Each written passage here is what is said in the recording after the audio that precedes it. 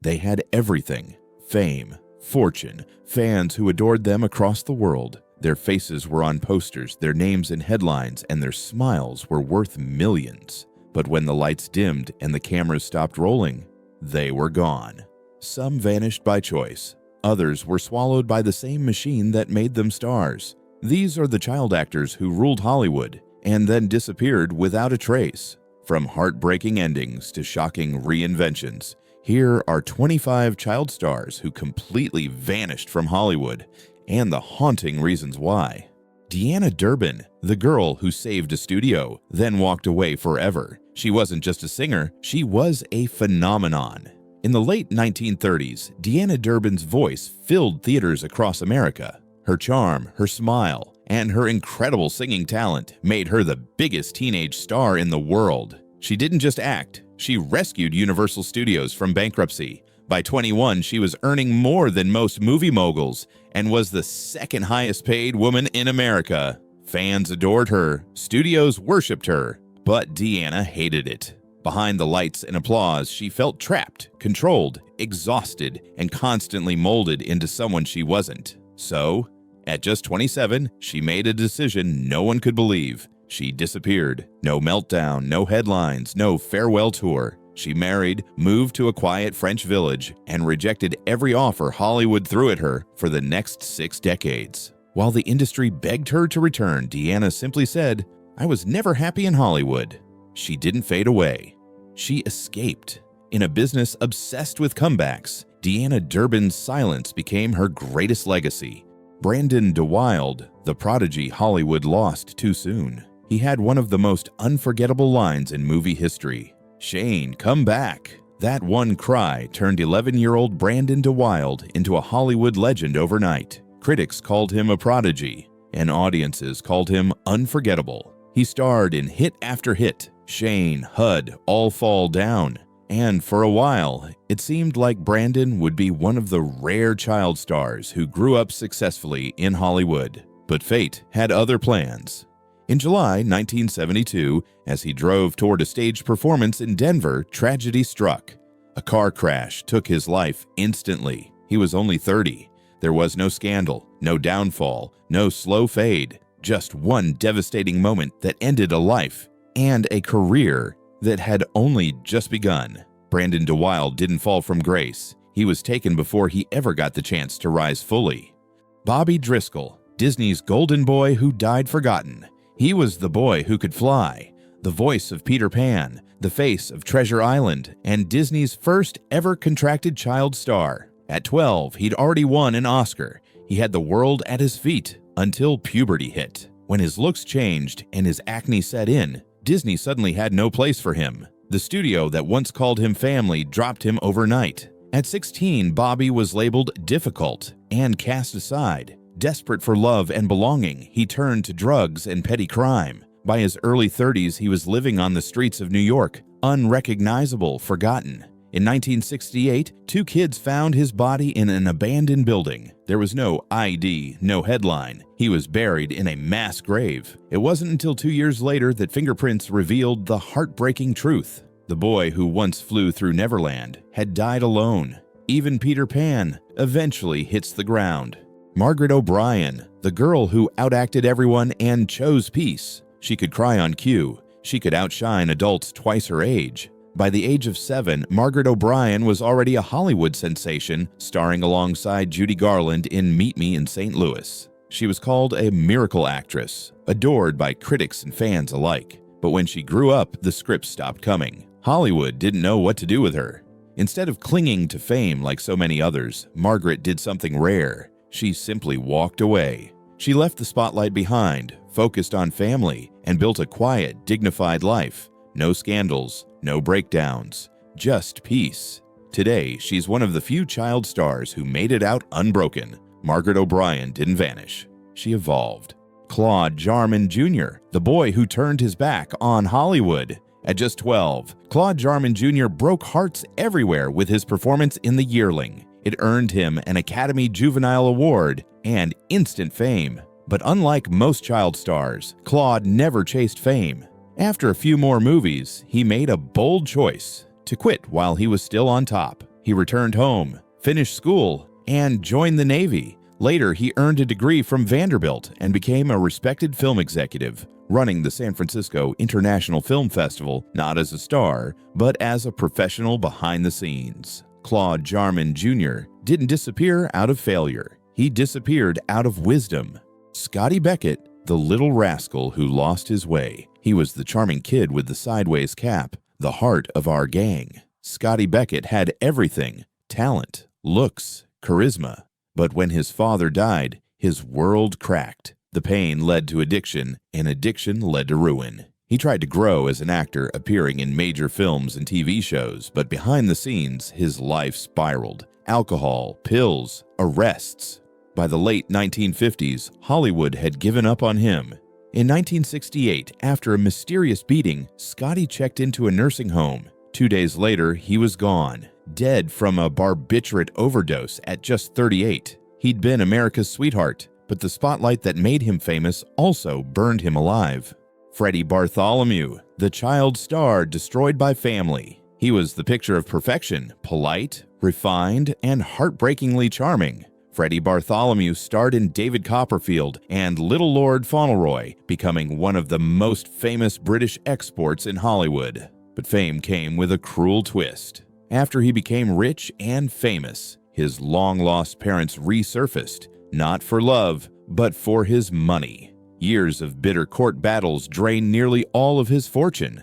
By his teens, the studios moved on, and Freddie was left penniless. But he refused to be another Hollywood tragedy. He rebuilt his life from the ground up, working in television and eventually becoming a successful advertising executive. He lost his fame, but he found something much greater: peace. Jackie Coogan, the kid who changed the law. Discovered by Charlie Chaplin, Jackie Coogan was the world's first child megastar. By 10, he was earning millions, his face on dolls, lunchboxes, and posters everywhere. But when he turned 21, he discovered all the money was gone. His mother and stepfather had spent it. Jackie sued, and though he recovered little, his fight changed history. California passed the Coogan Law, protecting child actors' earnings forever. Jackie later reinvented himself as Uncle Fester in The Addams Family, winning over a new generation who never knew his tragic past. He didn't just act.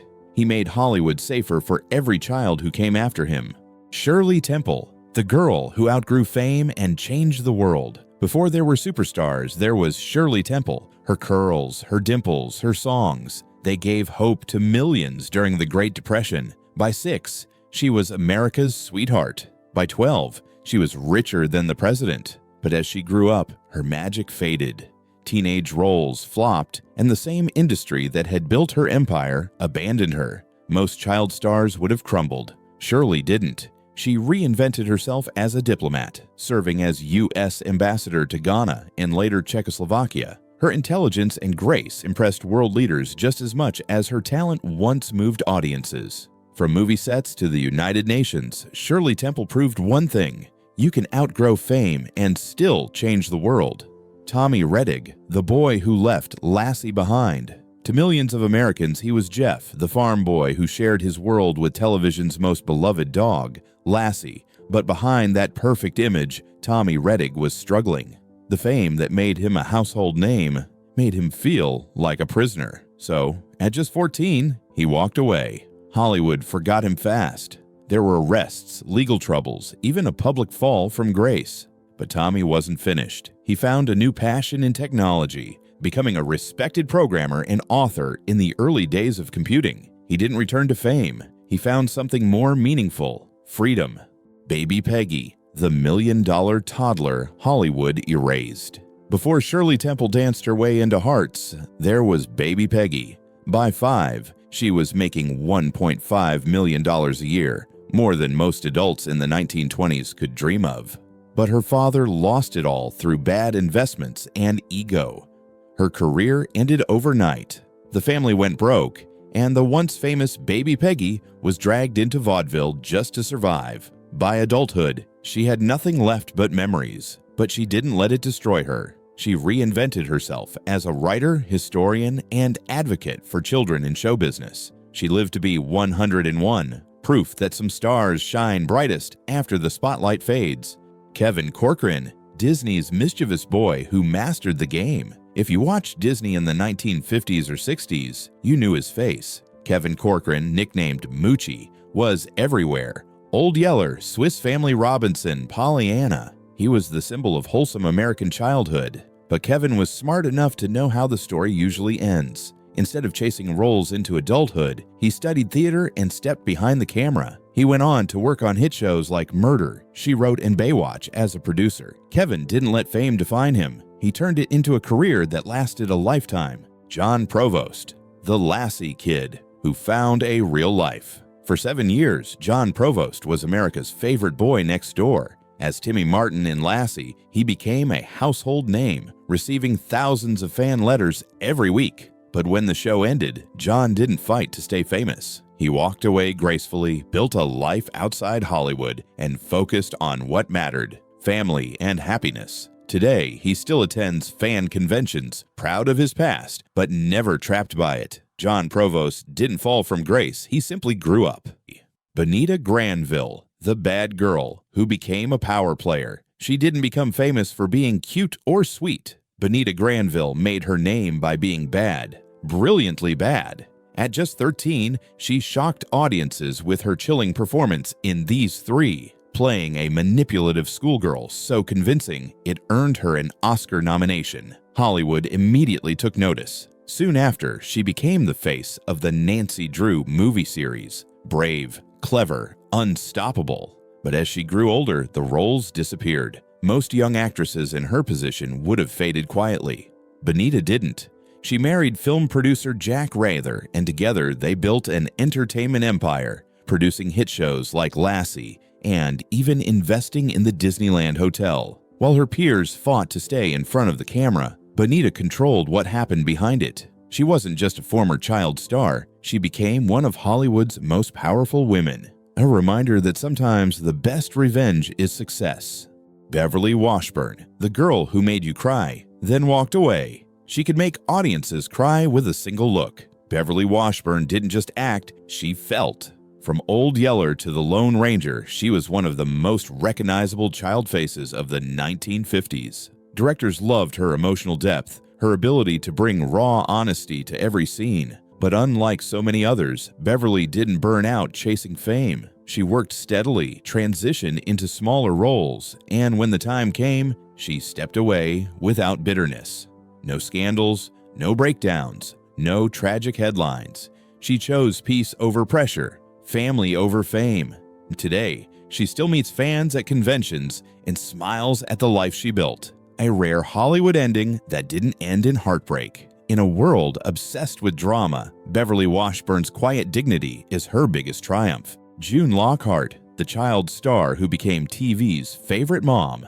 Born into Hollywood royalty, June Lockhart seemed destined for stardom. Her parents were both actors, and by 13, she was already on screen in A Christmas Carol. While most child stars flickered out fast, June only shone brighter. As an adult, she became America's favorite TV mom, first in Lassie, then again in Lost in Space. For decades, she graced screens with warmth, grace, and strength. No scandals, no public meltdowns, no fading relevance, just consistency and class. Now approaching a century old, she remains one of the last living links to Hollywood's golden age. June Lockhart didn't survive Hollywood, she mastered it. Gloria Jean, the girl who walked away before Hollywood could break her. In 1939, Universal Studios believed they'd found the next big star. Gloria Jean, a teenager with a voice that could stop time, was marketed as the next Deanna Durbin. She starred in more than 20 musicals before she was old enough to drink. For a while, she had it all: fame, money, and the world at her feet. But as the 1940s ended, audiences changed, and so did Hollywood. Musicals lost their shine, and Gloria, still young, was suddenly old news. Instead of begging for roles, she made a shocking decision. She quit. She walked away quietly, took ordinary jobs, raised a family, and refused to let failure define her. Years later, when asked if she regretted it, she smiled and said, "When it was time to move on, I moved on." Not every Hollywood story ends in tears. Some end in peace. Johnny Crawford, the rifleman's son who followed his heart. At 12 years old, Johnny Crawford became America's son. As Mark McCain in The Rifleman, he stole hearts across the country. But Johnny wasn't just an actor, he was an artist. He recorded hit songs like Cindy's Birthday, becoming a teen idol with a golden voice. He could have chased fame forever, but he didn't.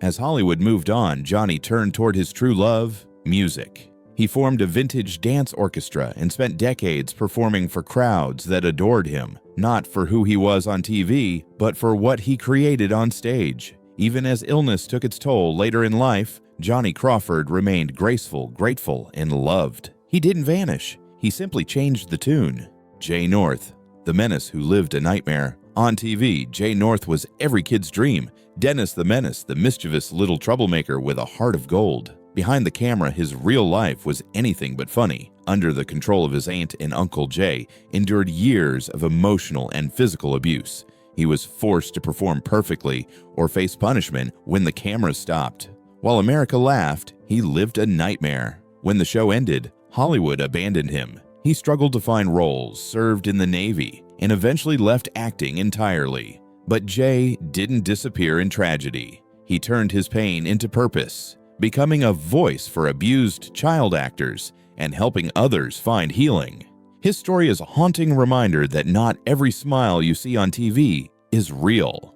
Martin Stevens, the boy who haunted the world, then vanished. With his platinum hair and cold, emotionless stare, Martin Stevens became one of cinema's most unforgettable child actors. He terrified audiences in Village of the Damned and the Innocents, playing children who seemed too mature, too knowing. Critics called him unnervingly brilliant. Fans called him unforgettable. Then, at 16, he walked away. No controversy, no scandal, no explanation. He left acting entirely, choosing a life of privacy and peace. For decades, fans wondered what happened. Rumors spread, myths formed. The truth, he simply wanted to be normal. Martin Stevens didn't vanish into tragedy. He vanished into freedom. And maybe that's the most haunting thing of all. Tatum O'Neal, the youngest Oscar winner with the heaviest burden. She was 10 years old when she made history, winning an Academy Award for Paper Moon. But behind the smile and golden statue was a childhood full of chaos.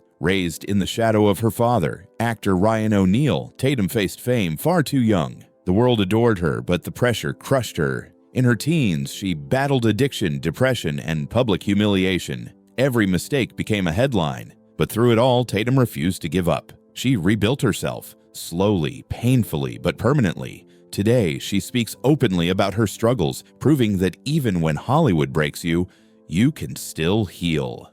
Macaulay Culkin, the 90s superstar who escaped the machine. He was the face of an era, the Home Alone kid, the smirking, wide-eyed boy who outsmarted burglars and ruled the box office. At 10, he was one of the most famous people in the world. But the fame that made him rich also stole his childhood. His parents fought over his fortune, tabloids hunted him, and fame became a cage. So, he did something few could ever imagine. He walked away.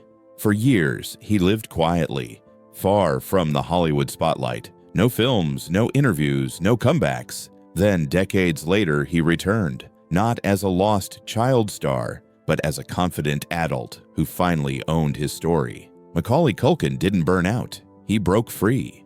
Haley Joel Osment, the boy who saw dead people and refused to fade. At 11, he terrified the world with one whisper, "I see dead people." That one line made Haley Joel Osment a global sensation. He was hailed as the next big thing, a prodigy. But as he grew up, Hollywood did what it always does. It moved on. Rather than chasing fame, Haley rebuilt his career quietly. He studied, honed his craft, and returned years later as a respected character actor and voice artist. He didn't fall from grace. He evolved with it.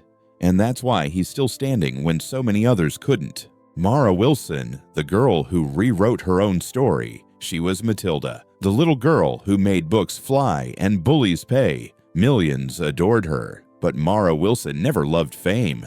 After starring in hits like Mrs. Doubtfire and Matilda, she realized the cost of childhood stardom, constant attention, pressure, and grief after losing her mother so young. So she walked away before Hollywood could take more from her. She reinvented herself as a writer and mental health advocate, using her voice to help others instead of entertaining them. Her story isn't tragic, it's powerful, proof that you can leave fame behind and still find your voice. Jake Lloyd, the boy who couldn't escape the galaxy. At 10 years old, he became Anakin Skywalker, the chosen one, the boy who would one day become Darth Vader. But instead of praise, he received something else entirely: cruelty. Bullied by classmates and tormented online, Jake's childhood became unbearable. By his teens, he quit acting and vanished from the spotlight completely. Years later, mental health struggles brought him back into headlines, but not the kind any child deserves. Today, he lives quietly with his family, away from cameras and judgment.